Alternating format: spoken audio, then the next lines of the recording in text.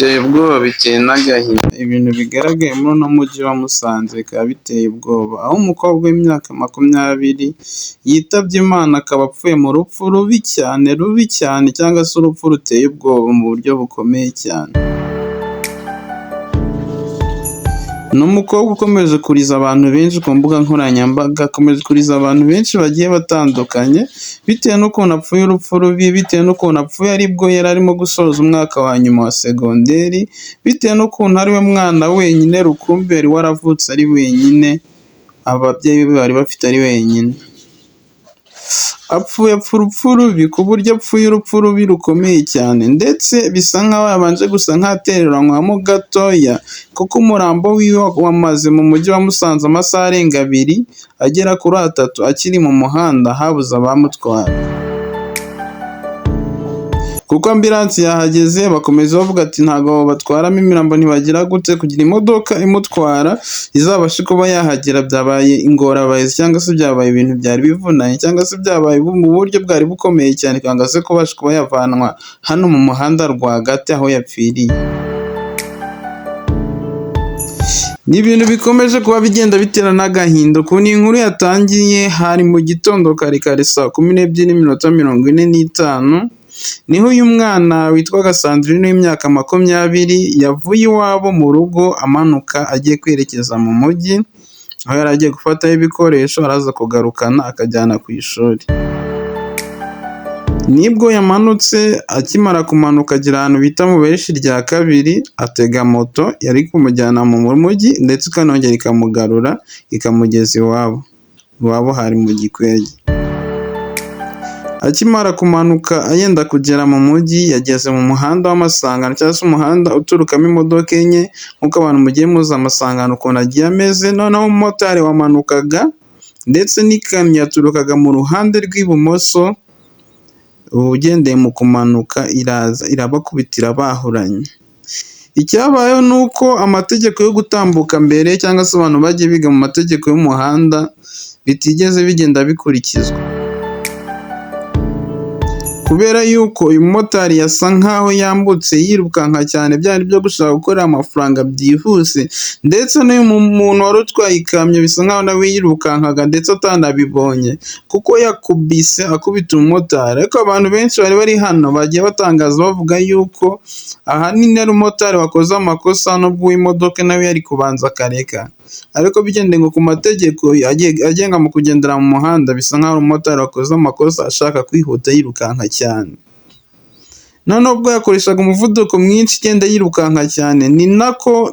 n'umushoferi wari utwaye imodoka ariko byari bimeze. Noneho imodoka ibakubita ku ruhande rwo mu rubavu, ikubita umukobwa inyuma, umumotari agwa nk'iriya ariko yakubise ku umukobwa ahita agwa hasi, ubwonko buhita butakara mu muhanda. Ni inkuru yakomeje kugenda ibabaje, ni inkuru yakomeje kugenda ivugisha abantu benshi, kandi ni inkuru ikomeje kugenda ivugisha abantu benshi mu buryo bukabije ku mbuga nkoranyambaga.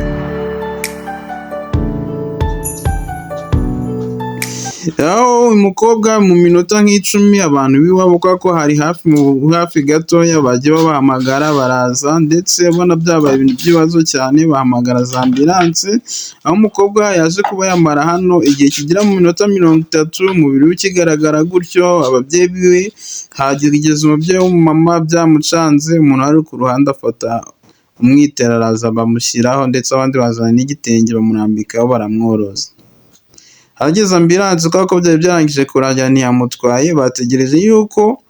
haza kuza imodoka yindi iraza kuba yamutwara, ndetse bamujyana ku bitaro, bazongera bakamujyana imuhira bakaba bajya kumushyingura. Umumotari we yaje gukomereka bikabije, ndetse na moto yiwe ikomereka ku gice cy'inyuma bikabije, ariko nta kibazo yigeze agira kuko bamujyanye ku bitaro, ndetse n'umuhezo n'ubutabazi bw'ibanze abasha kuba yajya kugenda yerekeza ku bitaro amahoro. Abantu benshi bagenda bakoresha imbuga nkoranyambaga, abantu benshi ku mbuga nkoranyambaga bajya babivuga mu buryo bwinshi bugiye butandukanye, bajya bateramo amakomantere menshi agiye atandukanye, benshi bakomeza bagenda bavuga bati nta mpamvu yo kugenda wirukanka, nta mpamvu yo kuvuga ati nirukanka nkorera amafaranga menshi, cyangwa se nirukanke mutange ngende. Abantu bakagiye bagenda bitonze mu muhanda.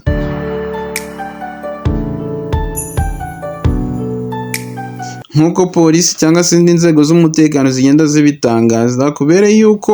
bamwe mu bantu bari bari hano cyangwa se bamwe mu bagiye babona iyi mpanuka bagiye bavuga ko ikintu cyabaye ari uburangare bw'umumotari ndetse n'uburangare bw'umushoferi, kubera ko bose bagiye babigiramo uruhare mu kugenda barangara, kuko iyo bataza kurangara ntabwo iyi mpanuka yari kubaza kuba yabaye, ni uko buri wese yirukankaga ashaka kwirukanka, ndetse n'ubundi burangare bwakomeje kugenda bakomeje kugenda bavuga bati ese gute umuntu yagira ibyago akaza kumara igihe kingana gutya kiri mu muhanda atari yajyanwa ku bitaro.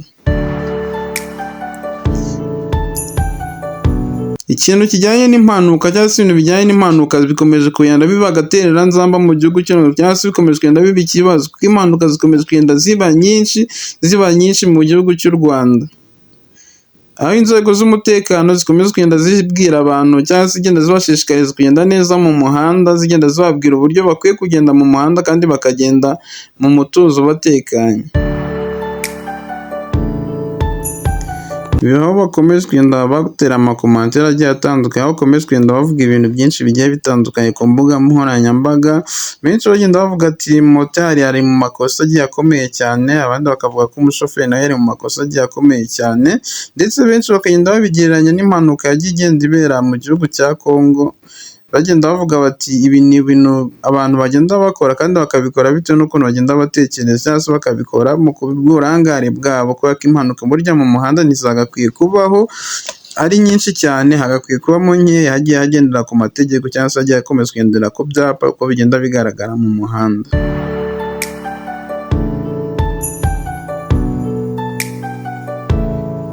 Abantu benshi ku mbuga nkoranyambaga bakomeje kugenda basabira uyu mwana w'umukobwa bavuga ati Imana imufashe igende mwakire mu ijuru, kandi bakomeza kugenda bafata mu mugongo abantu bagiye basigara imuhira, bakomeza kugenda babareba cyangwa se bakomeza kugenda